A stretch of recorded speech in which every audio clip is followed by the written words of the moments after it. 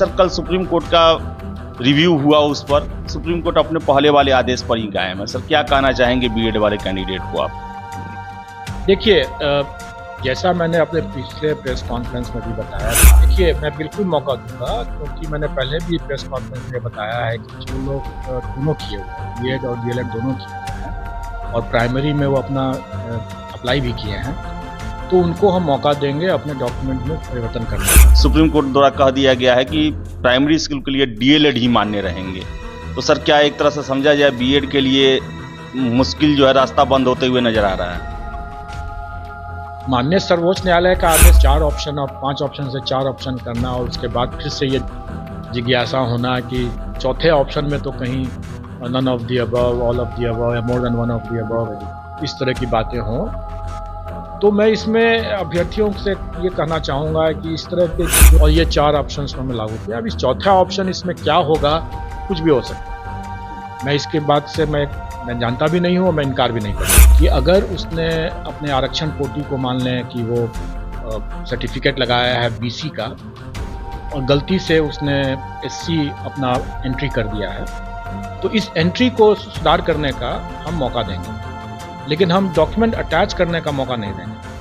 नया document attach नहीं कर सकते हैं। नमस्कार, आप देख रहे हैं द बिहार टॉप। मैं हूं आदेशपुरी। बिहार में 1,70,461 शिक्षक भर्ती का परीक्षा प्रक्रिया समाप्त हो गया है और अब आगे रिजल्ट देने की प्रक्रिया और उससे पहले की कुछ प्रक्रिया जो है वो पूरी हो रही है। हमारे साथ हैं बीपीएससी के अध्यक्ष महोदय हैं, अतुल सर हैं। सर सबसे पहले तो सर परीक्षा सर आपने इतना बड़ा ऑर्गेनाइज कराया और कोई भी इसमें सर विवाद नहीं हुआ, इसको लेकर सर आप पहले क्या कहेंगे? सर सबसे पहले इसको लेकर तो धन्यवाद देना चाहूँगा। इसमें सबका योगदान है और सबसे बड़ा योगदान तो अभ्यर्थियों का है कि उन्होंने काफ़ी कष्ट सह करके भी इस परीक्षा को शांतिपूर्ण तरीके से किया। तो सबका धन्यवाद है। सर आगे का प्रोसेस क्या है? सर जैसे कि जो बीएड वाले कैंडिडेट हैं जिन्होंने बीएड प्राइमरी स्कूल में डाल दिया था जबकि डीएलएड भी किए हुए हैं, क्या सर उनको आप मौका देंगे? सर देखिए, मैं बिल्कुल मौका दूंगा, क्योंकि मैंने पहले भी प्रेस कॉन्फ्रेंस में बताया है कि जो लोग दोनों किए हुए हैं, बीएड और डीएलएड दोनों किए हुए हैं और प्राइमरी में वो अपना अप्लाई भी किए हैं, तो उनको हम मौका देंगे अपने डॉक्यूमेंट में परिवर्तन करने का। और इसके साथ साथ हम सभी अभ्यर्थियों के लिए हम ये सुविधा देने जा रहे हैं कि वो अपने जो प्रविष्टियाँ उन्होंने जो भी एंट्रीज किया है, जैसे मैं एक उदाहरण दे दूँ कि अगर उसने अपने आरक्षण कोटि को मान लें कि वो सर्टिफिकेट लगाया है बीसी का और गलती से उसने एससी अपना एंट्री कर दिया है, तो इस एंट्री को सुधार करने का हम मौका देंगे, लेकिन हम डॉक्यूमेंट अटैच करने का मौका नहीं देंगे।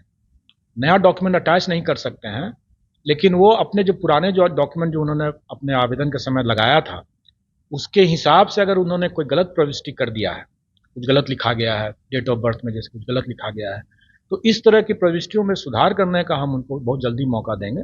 शायद हम लोग 1 तारीख से ही ये मौका दे दें उनको, 1 से लेकर के 3 दिन का, और ये सभी अभ्यर्थियों के लिए है। और इसमें सिर्फ अटैचमेंट का मौका हम सिर्फ उन्हीं अभ्यर्थियों को देंगे और वो भी सिर्फ क्वालिफिकेशन से संबंधित। जैसे हम लोगों ने कहा था कि बीएड अपियरिंग वाले अगर हैं तो वो उनको हम लोग अलाउ करेंगे, या सीटेट और एस्टेट वाले अगर हैं अपियरिंग कैंडिडेट तो उनको हम अलाउ करेंगे। तो उनका अगर आ गया हो अगर सर्टिफिकेट तो वो उसको अटैच कर सकते हैं। अगर उनका सर्टिफिकेट अभी नहीं आया है तो स्वाभाविक है कि वो अपना एडमिट कार्ड ही खाली लगा के रखे रहे होंगे, वो ठीक है, हम उनको मौका देंगे इस सर्टिफिकेट अटैच करने का। बाकी किसी डॉक्यूमेंट को अटैच करने का मौका हम नहीं देंगे। सर एक और चीज है सर, जो आपने पीसी में एक शुरुआत में कहा था सर बीएड वालों को लेकर, सर प्राइमरी स्कूल में सर, और आपने कहा था कि सर बाद में एग्जाम के बाद जो है उसको लेकर उसका एक बनाया जाएगा कुछ नियम और पहले डीएलएड वालों को एग्जाम दिया जाए। लेकिन सर कल सुप्रीम कोर्ट का रिव्यू हुआ, उस पर सुप्रीम कोर्ट अपने पहले वाले आदेश पर ही कायम है। सर क्या कहना चाहेंगे बीएड वाले कैंडिडेट को आप? देखिए, जैसा मैंने अपने पिछले प्रेस कॉन्फ्रेंस में भी बताया था कि हम बीएड वालों को परीक्षा में भाग लेने का उनका अधिकार है, इसलिए हम उसका मौका बिल्कुल देंगे। और साथ साथ हमने ये भी कहा था कि परीक्षा फल हम नहीं पर अधिकार नहीं है उनका, इसलिए हम उसको रोक के रखेंगे जब तक कि संशय दूर नहीं हो जाता है। और आपने नोट किया होगा कि कई माननीय उच्च न्यायालयों के द्वारा भी यही स्टैंड लिया गया है। जैसे हम लोग देखते हैं कि छत्तीसगढ़ में और राज्यों में माननीय उच्च न्यायालय में जो भी विवाद इस तरह से गया, माननीय सर्वोच्च न्यायालय के इस आदेश के बाद, तो उन लोगों ने भी जो परीक्षा जो जिस स्टेज पर था उस स्टेज में अगर परीक्षा फल नहीं निकला हुआ है तो बीएड वाले अभ्यर्थियों का परीक्षा फल को रोक दिया था। यही स्टैंड हम लोगों ने भी ले रखा है। और जैसा कल हमें भी जो सूचना मिली है और अगर उसका हमारे पास हमें आदेश की प्रतीक्षा है, संशय जैसा दूर हो जाएगा तो स्वाभाविक है कि हम उसके हिसाब से माननीय सर्वोच्च न्यायालय के आदेश के अनुपालन में हम उसी हिसाब से अपना रिजल्ट निकालेंगे। और जैसा कि कल की जो बातें हैं उसमें माननीय सर्वोच्च न्यायालय ने जो आदेश दिया है उसके हिसाब से हम लोग करेंगे। तो सर कहने का मतलब कि कल सुप्रीम कोर्ट द्वारा कह दिया गया है कि प्राइमरी स्कूल के लिए डीएलएड ही मान्य रहेंगे, तो सर क्या एक तरह से समझा जाए बीएड के लिए मुश्किल जो है रास्ता बंद होते हुए नजर आ रहा है? माननीय सर्वोच्च न्यायालय का आदेश सर्वोपरि है, उसको सबको मानना है, तो उसमें मैं कोई टीका टिप्पणी तो कर नहीं सकता हूँ, नहीं कोई अतिरिक्त संभावनाओं के बारे में कुछ कर सकता हूँ, इसलिए वो सबको मानना है और हम भी मानेंगे। सर और सर 69वीं सर कंबाइंड परीक्षा आप ले रहे हैं सर, सबसे पहले तो सर कुछ सीट बढ़ा है, 33 सीट बढ़ा है सर। एक छात्र सर हमको फोन कर रहे हैं कि क्या आगे भी संभावना है सीट बढ़ने का, और सर इसी में दूसरा प्रश्न है कि आपने सर 5वां ऑप्शन हटा दिया, 4 ऑप्शन है। अब छात्रों को यह लग रहा है कि अब कहीं ऐसा तो नहीं कि आप हर एक प्रश्नों में चौथे ऑप्शन में जो पहले का 5वां था उपयुक्त में से सभी या कोई नहीं, उसको तो नहीं डालने वाले हैं सर? देखिए, और कितने पद बढ़ेंगे नहीं बढ़ेंगे ये तो मैं भी नहीं बता सकता हूँ। मुझे नहीं लगता है कि अब और कोई पद बढ़ना चाहिए। और जहाँ तक 4 ऑप्शन और 5 ऑप्शन से 4 ऑप्शन करना और उसके बाद फिर से ये जिज्ञासा होना कि चौथे ऑप्शन में तो कहीं none of the above, all of the above या more than one of the above, इस तरह की बातें हों, तो मैं इसमें अभ्यर्थियों से ये कहना चाहूँगा कि इस तरह के चीज़ों के बारे में ज़्यादा चिंता नहीं करनी चाहिए। उनको अपनी पढ़ाई पर और उन पर ध्यान देने की ज़्यादा आवश्यकता है, क्योंकि ये सब चीज़ पूछना का मतलब ही है कि वो तुक्का लगाने की प्रवृत्ति को एक्चुअली वो प्रवृत्ति को बढ़ावा देने की बात कर रहे हैं या उसकी तरफ सोच रहे हैं वो।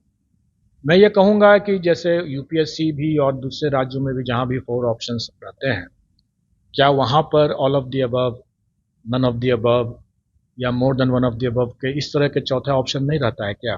बिल्कुल रहता है। इसलिए ये 4 ऑप्शन या 5 ऑप्शंस का जो विवाद था वो एक्चुअली वो बेबुनियाद था, लेकिन लोगों की बहुत ज़्यादा डिमांड थी और एकरूपता बरतते हुए भी हम लोगों ने सोचा कि ये जो गलत मैसेजिंग जो हो रहा था कि ये आयोग जो बीपीएससी जो है वो जानबूझ करके अपनी गलतियों को छुपाने के लिए इस तरह से रख रहे हैं, तो इस गलत मैसेजिंग को दूर करने के लिए मैंने कहा कि मैं ठीक है, मैं 4 ऑप्शंस, और ये बात हमने शायद फरवरी मार्च महीने में ही किसी प्रेस कॉन्फ्रेंस में मैंने कहा था कि हम लोग इस पर विचार करेंगे, तो हम लोगों ने विचार किया और ये 4 ऑप्शंस हमने लागू किया। अब इस चौथा ऑप्शन इसमें क्या होगा, कुछ भी हो सकता है। मैं इसके बाद से मैं जानता भी नहीं हूँ, मैं इनकार भी नहीं कर सकता हूँ। इसलिए अभ्यर्थियों को अपने पढ़ाई पर ध्यान देना चाहिए और इस तरह की चीज़ों पर ज़्यादा ध्यान देने की जरूरत नहीं। तो अतुल सर थे और इन्होंने साफ कहा, बताया कि टीचर भर्ती प्रक्रिया में आगे की क्या प्रक्रिया बाकी है और क्या क्या करना है। आप आयोग की वेबसाइट को देखते रहें तो वही आपको बता दें कि 69वीं में अब सीट बढ़ने की संभावनाएं अब 9 के बराबर है।